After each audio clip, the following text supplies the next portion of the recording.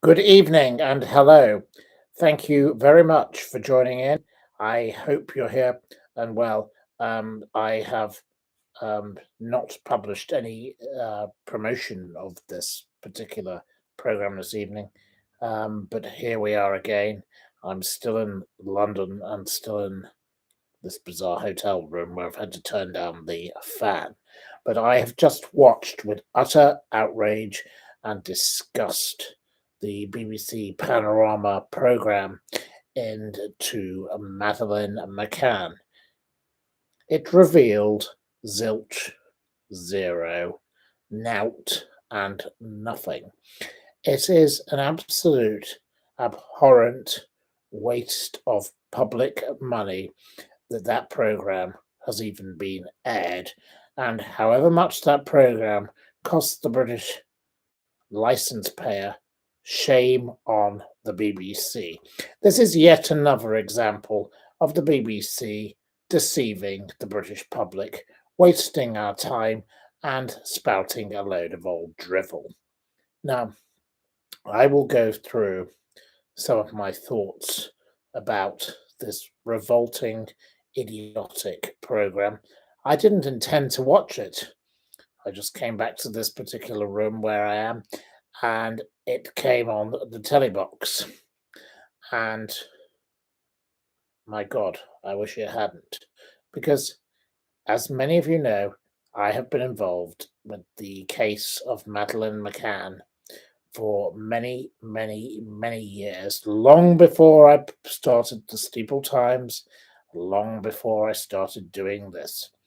And it is ridiculous to have seen such deranged, stupid footage on a television screen that was completely inaccurate. So let me begin with some of my analysis of this program. Now, this program wants to pin the blame on a man called Christian Brueckner. Now, let me tell you my thoughts on Christian Brueckner. Mr. Brueckner, or Christian B, as he's known in Germany, because people protect identities of people, even though he is currently in prison for other offences. This man, his typical victim, were 72-year-olds and 17-year-olds. Madeleine McCann was 3 years old. I do not particularly think that Christian Brueckner was somebody who targeted that type of victim. So, they chose him, Mr. Brueckner, if many of you remember. I remember sitting in the sitting room at my mother's house in the first coronavirus lockdown. And the news wasn't going very well for the British government because we'd all been locked up. We'd all been told to stay indoors and we couldn't go anywhere. We couldn't enjoy going to a restaurant anymore. We couldn't enjoy going to a bar. And the news was getting rather bad for the government. And what do governments generally do when the news isn't going their own way? They come up with some form of distraction. So on one particular day, my mum said to me, "Oh, look, they found somebody who is being accused of abducting Madeleine McCann." I knew full well what they were up to back then. This man, all these years later, remains in a prison for the crimes he did commit. He is a monster. He is a appalling rapist, and he is a disgusting criminal and a thief and a vile, evil man. But they cannot pin anything on him yet. They still have not managed to do this. Now, maybe one day they may prove it to be him. I don't think they will, but the evidence presented to me suggests this man has nothing to do with this. He is simply an example of what I call the distraction technique. He distracted from all the other troubles going on in the world back then. I remember the BBC one day Instead of hearing all about coronavirus and how we were all locked up and how we had to go bang our pans for the National Health Service and all the rest of it, and stay indoors and Captain Tom and all that nonsense that we all had to go through, and we didn't know his daughter was a deviant, but there we go. So yeah, we had him one day, and that story ran and ran yet again, distracting from the truth of what our terrible government was up to. So shame on the stupid people there. But this program claimed it was going to reveal new details against Christian Brueckner. I've just watched it. I've just finished watching it 5 minutes ago. It reveals nothing. Christian Brueckner remains nothing. He has not been charged. And the only person in that entire program who came across well was his lawyer. And his lawyer spoke sensibly and wisely and said, look, where is the evidence? Now, I don't like Christian Brueckner as much as you don't like Christian Brueckner. I'm sure if we met Christian Brueckner, we would find him a detestable, evil, vile, sick, revolting monster, someone like Frankenstein. He is an appalling piece of toe rag. He's, in fact, not toe rag. He is disgusting filth, and he's scum of the earth, and he has committed terrible crimes against 72-year-old women and 17-year-old women. So why is he the prime suspect in the disappearance of a 3-year-old? It's just not his type. That's how I feel, particularly about that matter in that part of the story. But the BBC have decided to say that the Portuguese police have said sorry to Jerry and Kate McCann. And as many of you know, I have met Mr. and Mrs. McCann on several occasions. I have not got on particularly well with Mr. and Mrs. McCann. And, I remember a particular occasion in the Ralph Lauren showroom on Fulham Road. I had a drinks party, and I simply said hello and good evening to them. And he got rather defensive. And I think one should look at the eye movements, but there we go. That is just something that I would say anyone should say in this case. But, this program went on about the cuddle cat. Well, again, the cuddle cat. Why was it put in the washing machine? That's my question on that. We will come to, it had people like Clarence Mitchell on it, a man involved with all sorts of people. It didn't feature, strangely, Esther McVey. So why wasn't Esther there? Conservative MP Esther McVey, who was also involved, the ex-GMTV woman, who I also used to know quite well. Some very strange admissions of people who weren't there. Anyway, I will come back to my own questions about it, but I'm going to read you out some of my questions. And every time I publish an article about Madeleine McCann, I ask the same questions. Missing Madeleine, questions still without answers. 14 million wasted on Operation Grange. Why continue? So there we are. I will come to this. Why waste more money? Why not help others? Men, wake up. Yes, we have Min in the background, and she's meant to be joining in this because she did watch the program, but she hasn't joined in. I've been half listening. Many questions about what happened on the evening of the disappearance of Madeleine McCann remain. Some have been highlighted by the press and discussed online. They include: why did Kate McCann refuse to answer 48 questions put to her by the Portuguese police?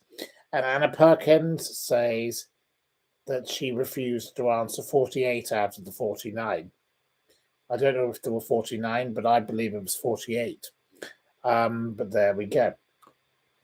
Question number 2. Why were certain records of phone calls on the evening of the disappearance whoosh clunked? And that were their words, not mine. Whoosh clunked from the memories of the phones of Mr. and Mrs. McCann and the Tapas 7. Now, back in that time, let's remember, mobile phones were not quite iPhones, iPhone 10s and iPhone 25s or whatever we're onto now. Why did they do this? Whoosh clunked. Okay. Why were relevant mobile phone records never handed over to the authorities, in spite of them being potentially useful to the search? This is very important. These mobile phones of this group of people. I know. Harriet would like to know Min's view on the subject. But Min has gone back to sleep, so that's the end of that. Why did the couple not use the babysitting services on offer in the holiday resort on the evening of the 3rd of May when they went out on the razzle-dazzle with friends? This is a couple that were happy to pay for childcare during the day. Why didn't they pay for childcare during the night? Let's get away from the topic of people in the room with me. Let's get back onto the topic of Madeleine McCann, please, audience. I don't want to talk about other people, but there we go. So that is a very important question to me. Why would you pay for childcare during the day on the evening of the 3rd of May 2007, but you didn't want to pay for it at night? Why was the door of the apartment, which opened directly onto a public highway, he called it a corner apartment to Jerry McCann, was it left unlocked with 3 children aged under 3 years old left alone inside? Why did they do that? Is that the normal behavior of middle-class people who are doctors, who can afford to pay for childcare, leaving the doors and windows wide open so people can get in? Now, that is not something that you would think logical. This was not a holiday resort where it was a compound, where they were inside the compound. It was next to a public road where they could anyone easily could have accessed that doorway. And I've since looked into evidence related to the windows and, fingerprints on the windows. But of course, they blame the Portuguese police and say the Portuguese police were negligent. Well, who left the windows and doors open? Perhaps, Teresa Cole says, I bet the parents told her. I don't believe in that theory. No, Teresa. I don't think this was the case in this story, but I think the whole story is utterly appalling, and I'll come to why shortly. My next question: why did a British sniffer dog, a cadaver dog, sense death of a corpse in the cupboard in the apartment from which Madeleine McCann disappeared? So there was a sense of death with this dog. Of course, Mr. and Mrs. McCann and their supporters have tried to say the dogs were just a load of rubbish, useless. But these dogs have been proven to be useless in other situations. The dogs are nothing wrong with them. Okay, so my next question: why did the sniffer dog also supposedly sensed the smell of a corpse in a vehicle hired by the couple a month after the disappearance of their daughter.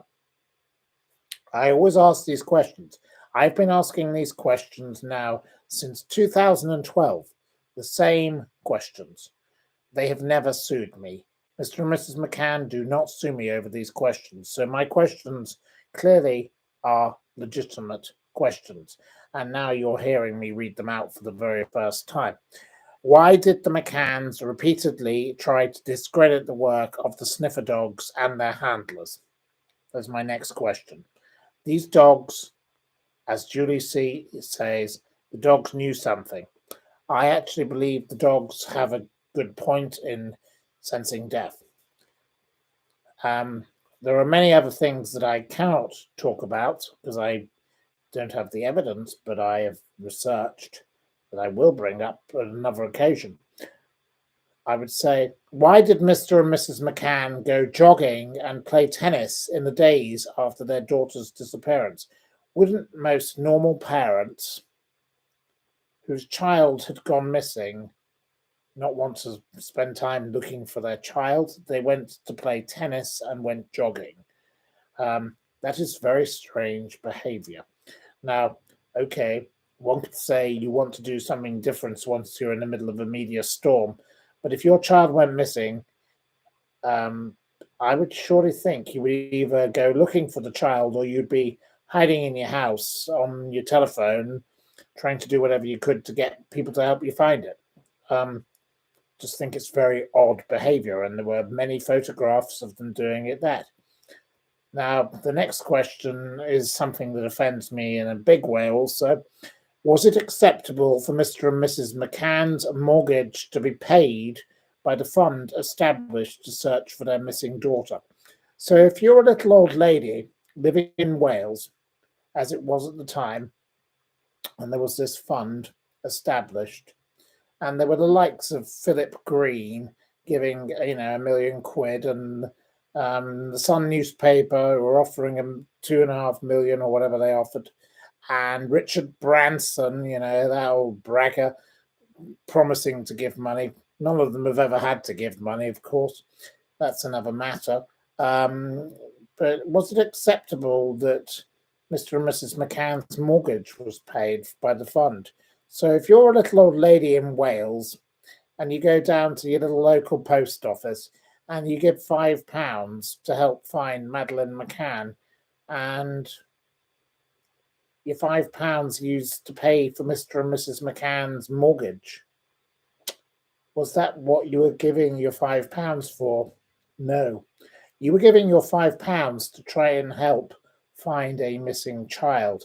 It is an absolute outrage that Mr. and Mrs. McCann's mortgage was paid repeatedly, £3,000 a month, I think it was, by the fund established to search for a missing child that the general public kindly gave their money to. That is not a correct use of donations, in my view. I'm coming to the end of my questions, but I will come to the next one. Why have the McCanns attempted to gag anyone who disputes their version of events, most especially Goncalo Amaral? And Mr. Amaral won a court case against them. And the BBC programme tonight is shameful. Mr. Amaral has won court cases against them. So they have to pay him money, actually, and the BBC have chosen to side with them. The BBC is a disgrace. Shame on the BBC. Shame on Auntie. Auntie has got it wrong.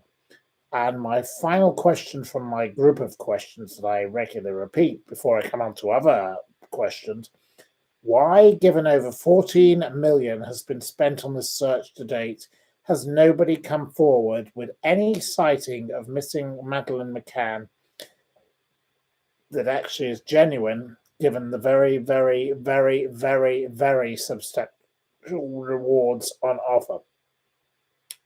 Here is a case where £14 million of British taxpayer money has been spent searching in Operation Grange for Madeleine McCann. Madeleine McCann is one child, a daughter of two middle-class doctors who didn't bother to pay for childcare. If Madeleine McCann had been the daughter of somebody from a council estate and she'd gone missing, they'd thrown the book at the parents. They'd have locked her up, the mother. They'd have locked their father up, whoever they wanted to blame. No, these two get 14 million. They get to go to parties at Downing Street with Theresa May. They hang out with Tony Blair, Gordon Brown, David Cameron. What about the other missing people in this world? What about other people who deserve support? What about, the likes of the poor boy that went missing in Greece, Ben Needham, and his mother, Kerry Needham, who was an ordinary lady, who has campaigned tirelessly? What about Martin Allen, whose brother writes to me all the time? An ordinary boy who was son of a chauffeur from Kensington who worked at an embassy, and he was kidnapped, and nothing is done to help find Martin Allen. And his mother went on the radio and said, it's only people like the McCanns who get the help.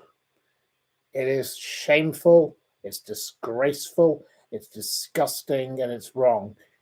I met somebody who works for Missing People, which is a very good charity, and thousands of people go missing a year. What about all of those kind of cases?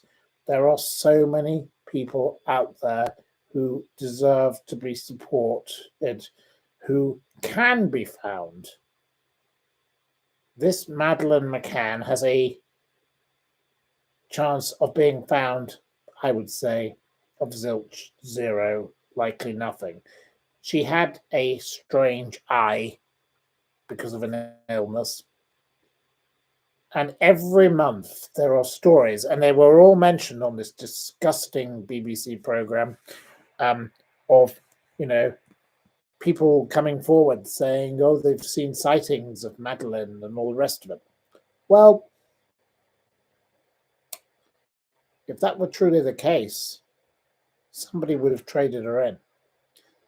When money's on the table, people trade people in. And we're talking millions here. The story of Madeleine McCann, if Madeleine McCann and the real Madeleine McCann were found instead of the fake Madeleine McCann that was claiming to be Madeleine McCann last year, we'd be into a different realm, wouldn't we? Can you imagine the Oprah interviews and probably hanging out with Meghan Markle and whatever else that would go on? But there we go. That is how we are in this world. It is sick, it's disgusting, and it's wrong because there are so many people out there who deserve help.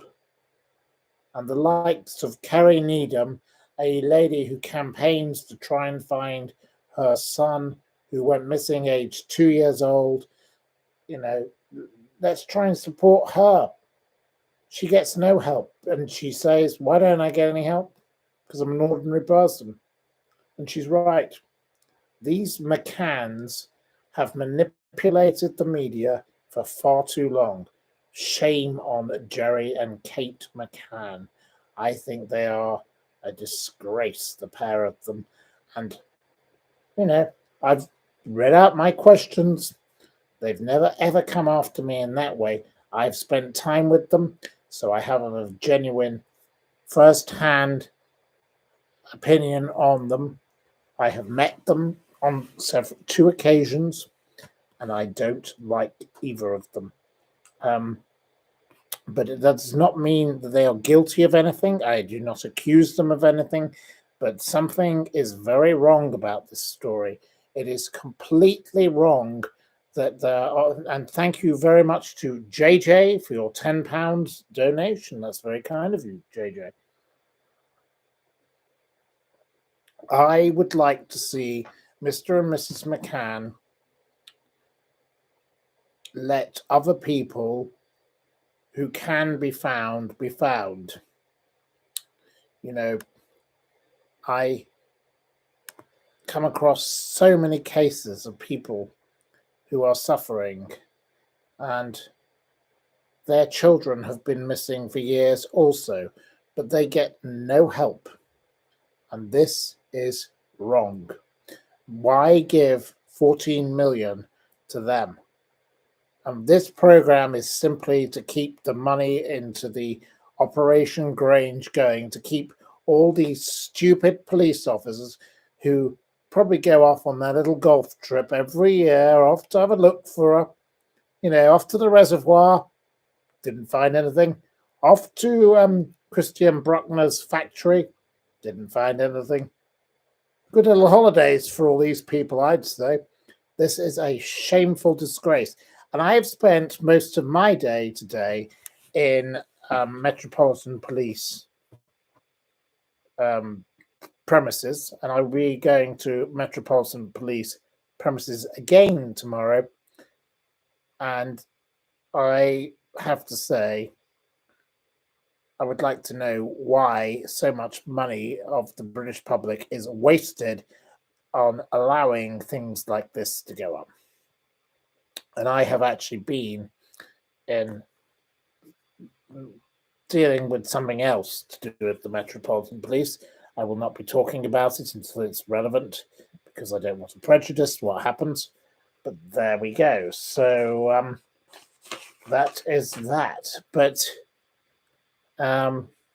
yes, we will come to another matter of Madeleine in a moment. So at the weekend, somebody who was very involved in the initial stages of the Madeleine McCann story got married. A certain man called Peter Mandelson. Now, Peter Mandelson is somebody with very curious connections to this case. He's not a guilty party, but I wrote an article back on June the 9th, 2020, about Peter Mandelson's connection to the Madeleine McCann disappearance and his involvement with a woman who looked rather like somebody who was accused of being the abductor. She's now in prison. Anyway, Peter Mandelson got married at the weekend, and the notable missing guest, of course, was Ghislaine Maxwell. And Peter and Ghislaine used to be very good friends, as did Jeffrey Epstein. He was a very good friend of Peter. There we go. So I wrote about this in 2020. Labour's Prince of Darkness got married age 70 to his Ronaldo Avila da Silva, and I will read out my article to you. I think it's probably actually relevant, considering we've had to listen to this bag of bilge that the BBC have just shown, which appalled me. So I was saying, this is an old article from 2020. According to the former British ambassador to Uzbekistan turned activist and human rights activist campaigner Craig Murray, when Madeleine McCann went missing on the 3rd of May 2007, New Labour's number 10 saw in typical Blair fashion a highly photogenic tragedy which there might be popularity in appearing to work on. Do you see where this is going? This is distraction technique. And this is exactly what the BBC are doing right now with that stupid program. Continuing, guided by the Prince of Darkness at the heart of New Labour, with his dark satanic looks and his Machiavellian meddling, the political party Peter Mandelson ever so brilliantly guided, and I think the man is a genius, in terms of electoral success, knew the value of such, and they truly milked it in the matter of McCann.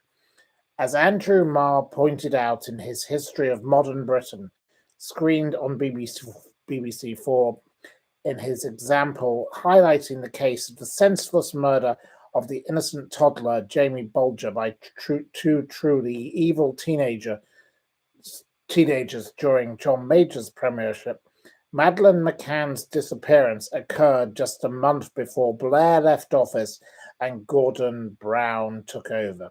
News of it dominated the media during the transition period, defining the Brown years, during which Peter Mandelson was a government minister from October 2008 until May 2010, in terms of the vast acres of pages devoted to the case, and garnering disproportionate attention from government. Thus, as Murray pointed out, British diplomatic staff were under direct instruction to support the McCanns far beyond the usual.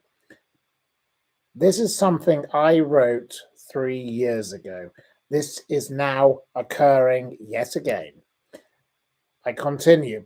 Back then, Mandelson had his finger on the pulse with the McCann story then, and today the proof of it is usefulness is still in the pudding, by the way the fact that it wiped out other bad news stories off the front pages in the last week. Equally, as has been the case with the renewal of interest in Prince Andrew's, has he or hasn't he cooperated with investigations into Jeffrey Epstein in the last 24 hours? Here are matters that showed the Mandelson style of media and management hasn't moved on. I will interject with my own opinion about what I did not know at that time, that we would connect Prince Andrew, Jeffrey Epstein, and Mandelson. Subsequently shown, rather connected. One rather conveniently unavailable person who links the players in these matters is still apparently missing in action. Again, this morning we again join those asking, why doesn't Ghislaine Maxwell finally come forward? Well, she's now in jail, I will come to the next matter, which is a photograph. In 2009, private investigators for Jerry and Kate McCann issued an e-fit to the media of a woman they believe could be potentially significant to their investigation. She has never been found.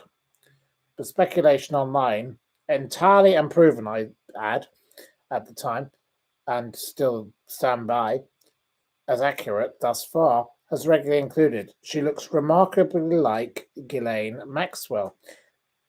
I say there is no suggestion this is one and the same woman, but it would be ever so helpful if Miss Maxwell came forward and cleared this up for once and for all. But this man, Sir Clement Freud, another friend of Ghislaine, where did Kate and Jerry go in the days after their daughter disappeared? They went off to have risotto and strawberry vodka shots with Sir Clement Freud, a man later confirmed to be a child abuser.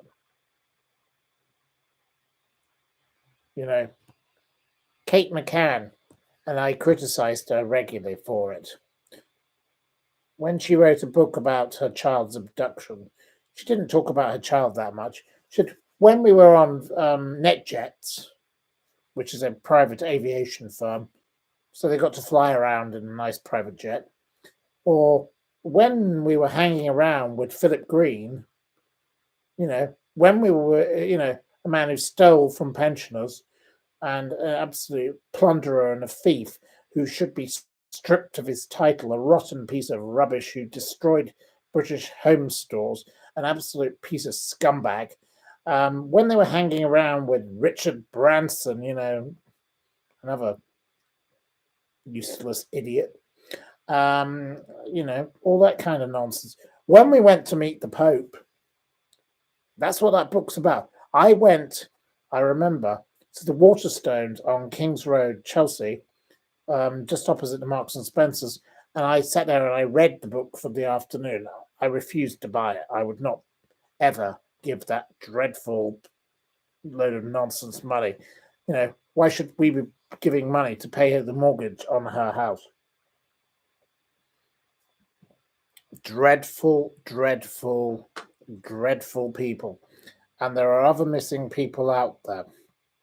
It's a terrible, terrible thing to think that there are other people in the world who are missing and they get little to no help. This is so sad that I have had to meet parents of missing children who cannot be found. There's a young man whose mother I came across, Luke Durbin. Now, Luke Durbin from Hosley near Woodbridge went missing aged just 19. He was on a night out with friends in Ipswich in Suffolk. After being unable to afford to pay for a taxi home at 4 a.m., the grocery store worker was last seen on CCTV wandering around the town. He'd left his new motorbike and personal belongings, including his mobile phone, at his friend's home. No trace of him has ever been found since. A silver or white Volvo 440, possibly registration M206LYE. If anyone out there can bring light to it, please do. Which was either registered to a false name and address or on false plates, was seen on camera in the close vicinity. Suffolk police have stated they sadly believe Luke was unlawfully killed, and though a £20,000 reward was offered and multiple arrests made, no progress made in this disappearance.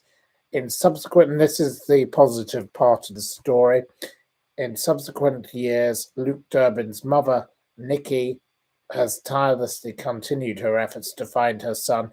She has taken a job with the Missing People Helpline to help other people in similar situations. She operates a Twitter account and an email address, findluke@hotmail.co.uk. Please support this. She highlights the case, and this lady does not give up. And having come across so many people of this situation, the young boy from Yorkshire, I forget his name, the missing people. I come across so many of these missing people, and it's so sad. Andrew Gosden, this young man, Andrew Gosden, he was aged just 14 when he disappeared in 2007. Why do we not help find him? He was seen last arriving at King's Cross, and then he vanished. And his poor family continued to campaign, but they don't get £14 million. This is wrong. This McCann shenanigans needs to stop. So I have to say that is all I shall say on that subject for this evening. But I was going to talk about Peter Mandelson. I also was going to talk about something else. But returning to the topic of my family's friend who was murdered, it seems somebody else has been killed with a crossbow. And it's a very rare thing for someone to be killed for a crossbow. But I read today that a crossbow killer who shot a stranger in a pub has been given a life sentence. Alfred Turner admitted killing Dave Peck in The Lamb and Lion in Westcliff, Essex. CCTV showed Turner, 44, entering the pub, firing at Mr. Peck, 51, who'd been sitting on the bar stool, and hitting him in the chest on December the 23rd last year. At Basildon Crown Court, he denied murder but admitted manslaughter on the grounds of diminished responsibility. Turner was given life with a determined sentence of 8 years, but will be held in a mental health facility until he's fit to go to prison. So, yet another example of a senseless killing.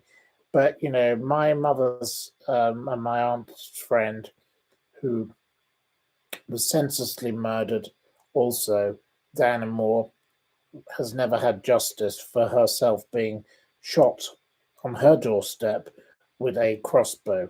And it is something I spoke about on a video, which you can also watch on another part of this channel. I don't know how you watch different parts.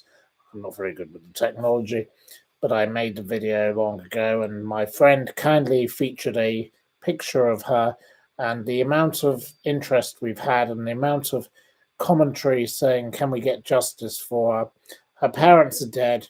She didn't, it's so sad. There is nobody left for her. The charity that was set up after in her memory doesn't work anymore because there's no one to administer it. It's all ended because she's dead. And no justice was ever done for Diana Moore. And I think it's so sad that her story has been forgotten because she was a lovely, kind-hearted lady. And I'm going to become tearful in a moment talking about it because I had to go and be there when all this was going on. And it's appalling, to read about somebody else who's senselessly been killed on their doorstep with a crossbow by some lunatic. But in her case, it was a hitman, but it's very different in that way. But no, this is what makes me interested in true crime. Is I think injustice is the most awful thing in the world.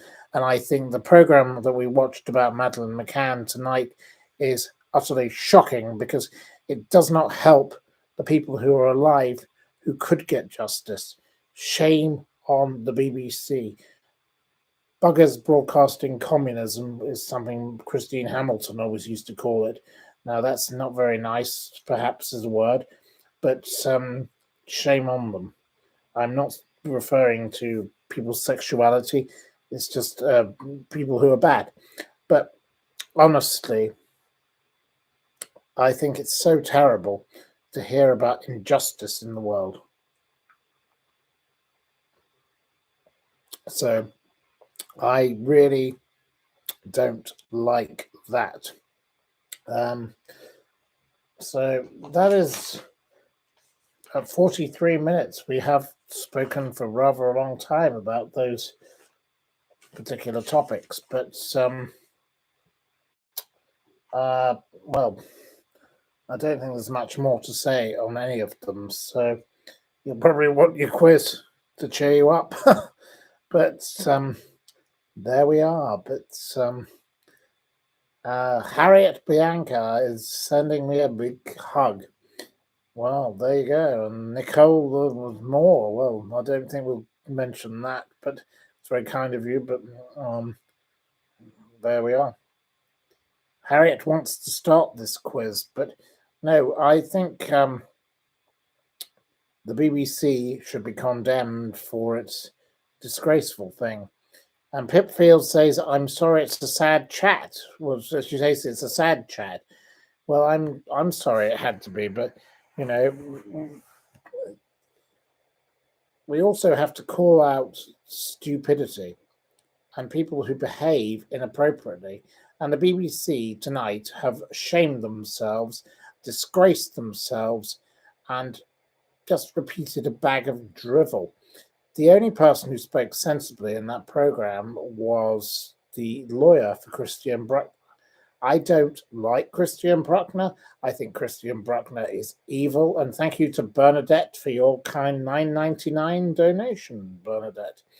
Christian Brueckner is an evil, sick, revolting monster. He deserves to burn in hell, but that does not mean that he kidnapped and killed whatever occurred to Madeleine McCann. The story makes no sense.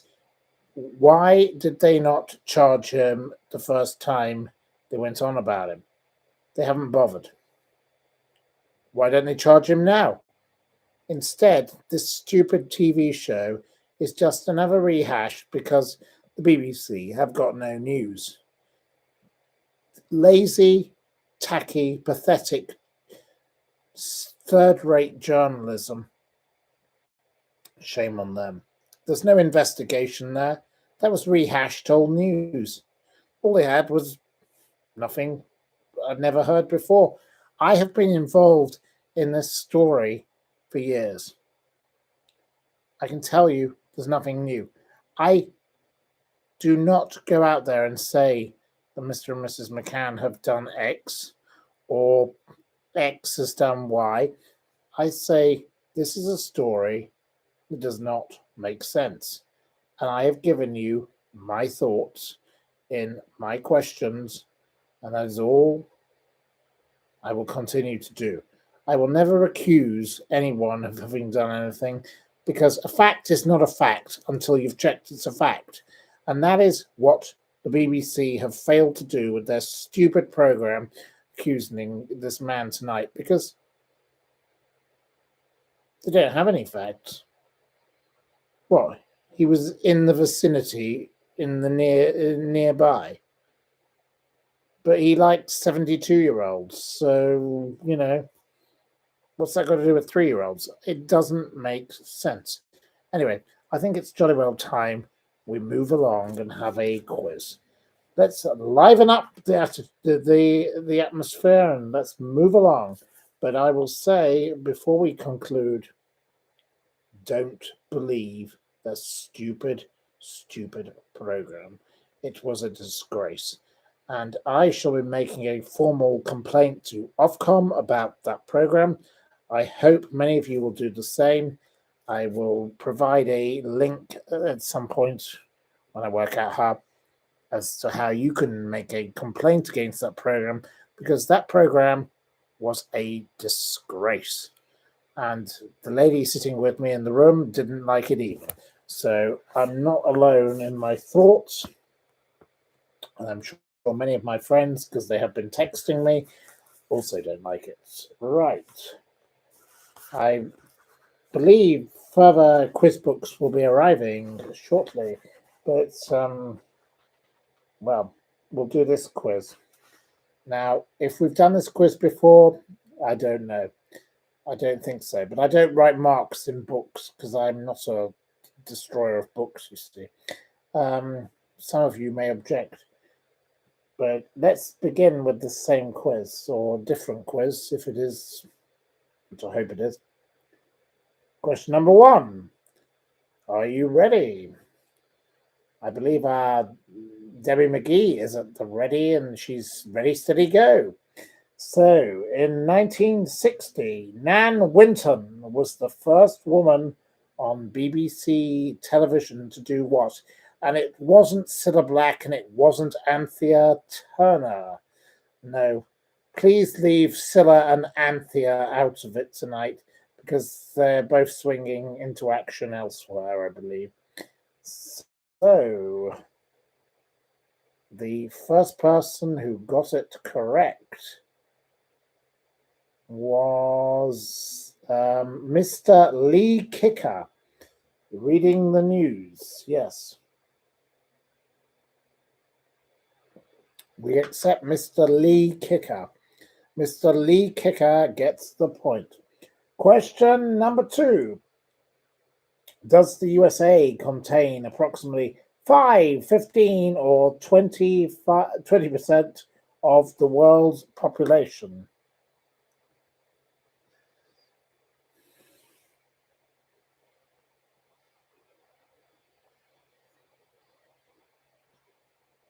The immediate winner is Paulie with 5%. Paulie gets the point. Question number 3. In science, which C is used to speed up chemical reactions without itself changing?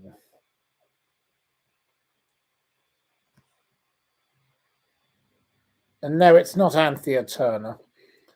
It's Catalyst, and the winner is Sophiana Mountbatten. I'm not sure that that's your real name, but Sophiana Mountbatten gets the point. Question number 4. In the title of a Shakespeare play, what creature is being tamed? Well, that's a very easy one for me, but it's not Nicole. It's not a dragon, but Pipfield gets the point with the shrew, the taming of the shrew. A very wonderful thing to watch. So if you ever can, go and see the taming of the shrew. Question number 5. Who is the designer who established the Habitat stores in 1964? He was also a wonderful restaurateur, so I'm adding something to the question. It wasn't Tony Conran. It wasn't Stella McCarr. Busted One gets it with Terence. Well, Terence Conrad, you say, but I think I can accept that you are typing quickly. It was not Jasper Conran, that's his son. So no, it was Terence Conran. So we can accept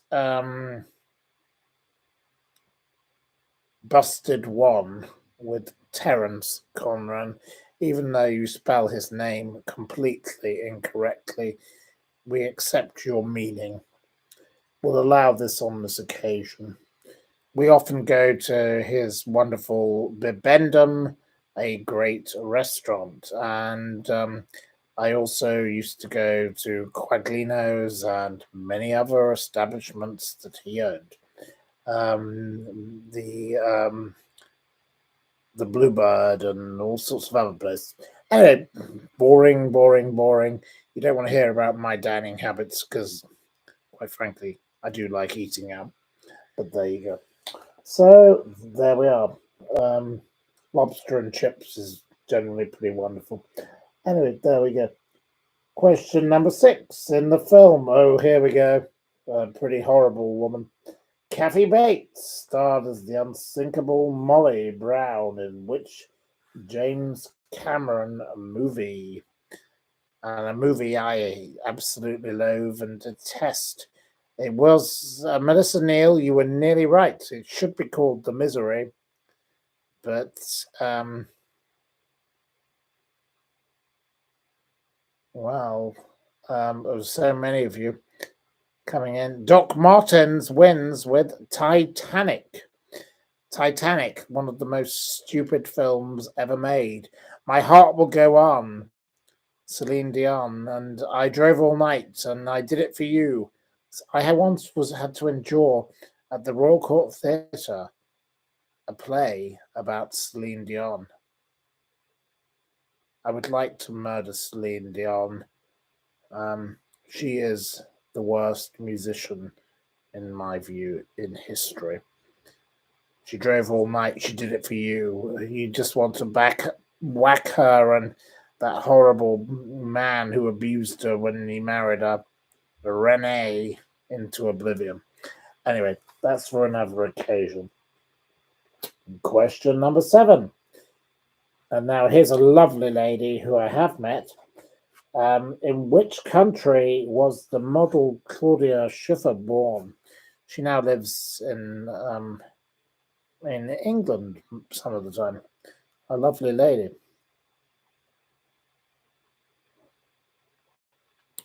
The winner with Germany is Anna Perkins, though you can't spell Germany, but we will accept your misspelling.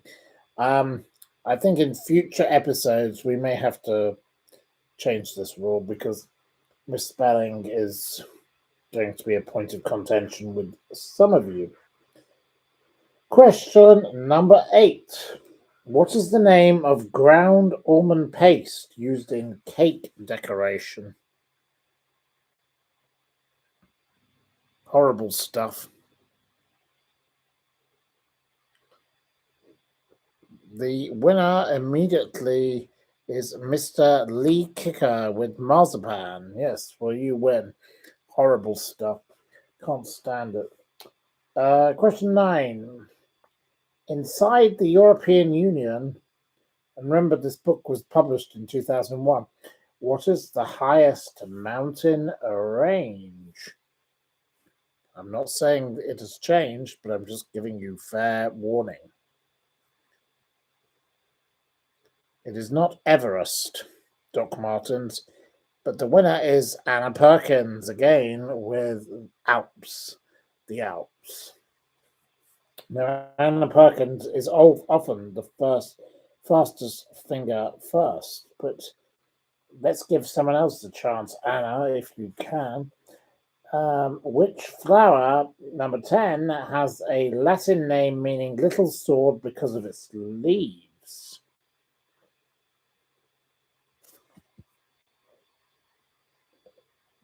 No, Paulie, it is not the rose, and Melissa, it's not the daffodil. And Ben Carr, it's not Moscow. I don't know what that's got to do with it. Angela, it is not the red hot poker, but Angela, hello. We've been enjoying your messages. Thank you, Angela. Bambi Debonair gets it with gladioli. Bambi Debonair gets the point. I am wearing the poppy today. Now, I shall briefly interrupt and say, please go to your local shop, your local post office, your local railway station, wherever it is. Please buy a poppy. Support the poppy appeal. It is a good thing to do, and wear your poppy with pride, as they say, because that is something we all must do each year. Remember the fallen. Remember the people who fought to save our lives in the First and Second World War and all those wars since. So please go out there and buy a poppy. It will not cost you very much. You can give a donation of £1 or £5 or whatever you wish to give. Please go and buy one. That is something I would like you all to do.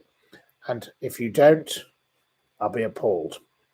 But you won't be bothered. But I would like you to do that. So that is a decent thing to do. Don't ignore those people who are standing around at your supermarket.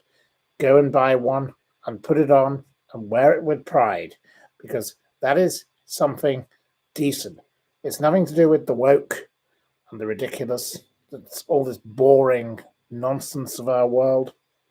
This is a symbol of remembrance for the people who allowed you to actually live. If they hadn't done what they did, you'd never even have existed. So support these people. Thank you. Right. So we return to the next question. Which metal is most commonly found in liquid thermometers?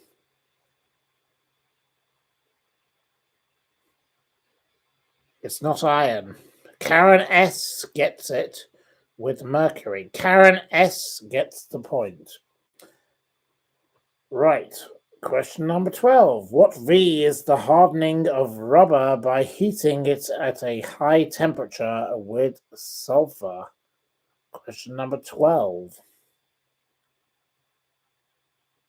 Well, many of you are trying to spell this, but none of you can. Pipfield gets it with vulgarization. Pipfield can have the point. Question 13. In sailing, what's the term used when a boat floats?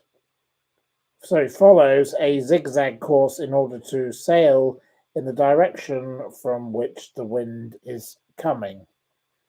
A very easy question. It's not buoyant and it's not weaves.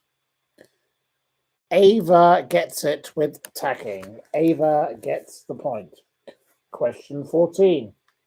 Name the Australian outlaw of the 1870s who became famous for the homemade armor he wore during his robberies. It was not Alf Stewart. Paulie gets it with Ned Kelly. Oh, sorry, no. Paulie doesn't get it. I'm terribly sorry. Oh, you've all come in different speeds. Pip Field gets it with Ned Kelly. I'm terribly sorry. Pip Field gets the point. Pip Field should be given the point, please. I'm sorry to all others.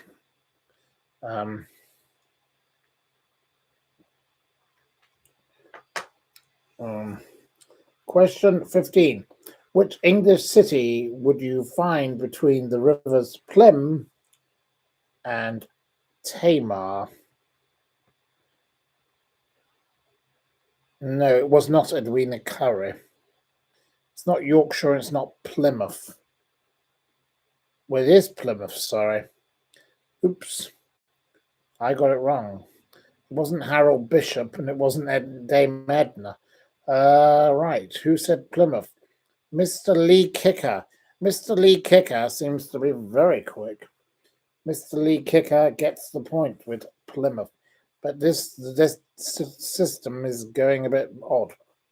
Anyway, question 16. In literature, who wrote verses and stories for his son, Christopher Robin? A very easy question. Oh, there are accusations of people again cheating. Anna Perkins gets the point with A.A. Milne. Anna Perkins. So, no, don't accuse other people of having the book. That's ridiculous. Question 17. In the animal kingdom, is a vixen a fox or a rabbit? And that's a pretty easy question. So, Mr. Lee Kicker got it first with fox. He's very, very quick on that one. Question 18. Alex Salmond resigned as leader of which UK political party in July 2000? The winner is again Mr. Lee Kicker. Now, Mr. Lee Kicker seems to be very swift. Yes. He literally is very swift. So he gets it with SNP. And the penultimate question is, in which event did Jason Queally become Britain's first gold medalist of the Sydney 2000 Olympics, shooting or cycling?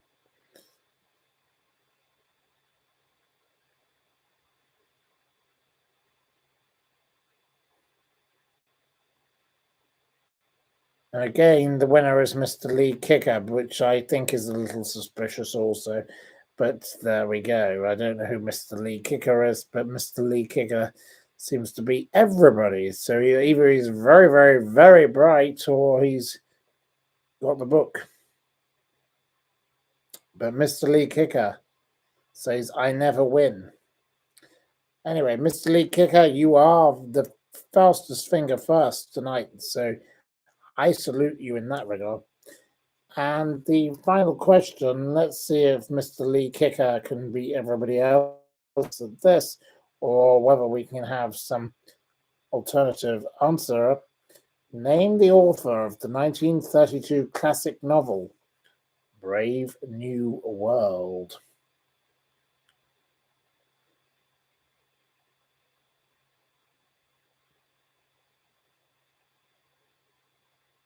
The winner is Bambi Debonair with Aldous Huxley. Mr. Lee Kicker has gone remarkably silent. Where are you, Mr. Lee Kicker? As for the winner, let's hear it from Debbie McGee for the night, who is the winner. Our winner is not Cilla Black, and David Brujun. I don't know how you pronounce your name, but you keep bringing up Cilla Black. Harriet says Mr. Lee Kicker wins. Anna Perkins and Pipfield tied for second. Mr. Lee Kicker has never won before. Well done to Mr. Lee Kicker.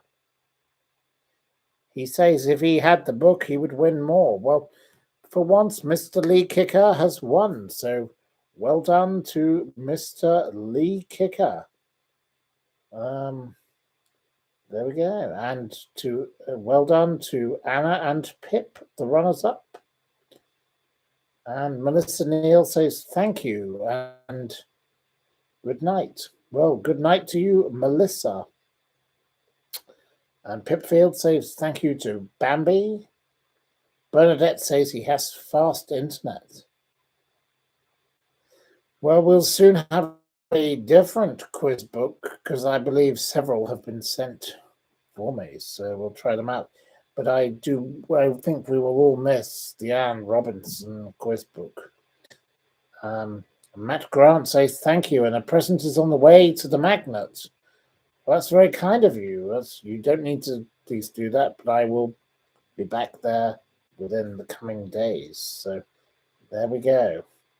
Anyway, it's all great fun, as Anna Perkins says. Cheating allegations. Well, I can't control people who cheat. What can I do? I just read out the questions. So if they wish to cheat, which I'm sure somebody will do, then what am I going to do about it? But I think the majority join in good spirits and good health. So I say cheers to you all. Cheers and have a wonderful evening. I hope you all are happy and enjoying life. Nicole wouldn't cheat. Sam Coates says you couldn't catch them out. You could catch them out. Well, I perhaps could by throwing in a false question and giving a false answer. That might be an idea for the future. We could give a question that is completely untrue. And let's see if they answer it correctly. That could be a way to trip up the drivel. Yes. There we go. And Rachel Jones says, I've sent a book. Rachel Jones says, I've sent a book. Well, thank you, Rachel Jones. Well, I look forward to receiving it. Anyway, I say a happy evening to you all. You've been wonderful company, absolutely delightful. And I'm sorry if it was all a little focused on Madeleine McCann, but that program was an utter disgrace. So have a good evening, good gardening, good night.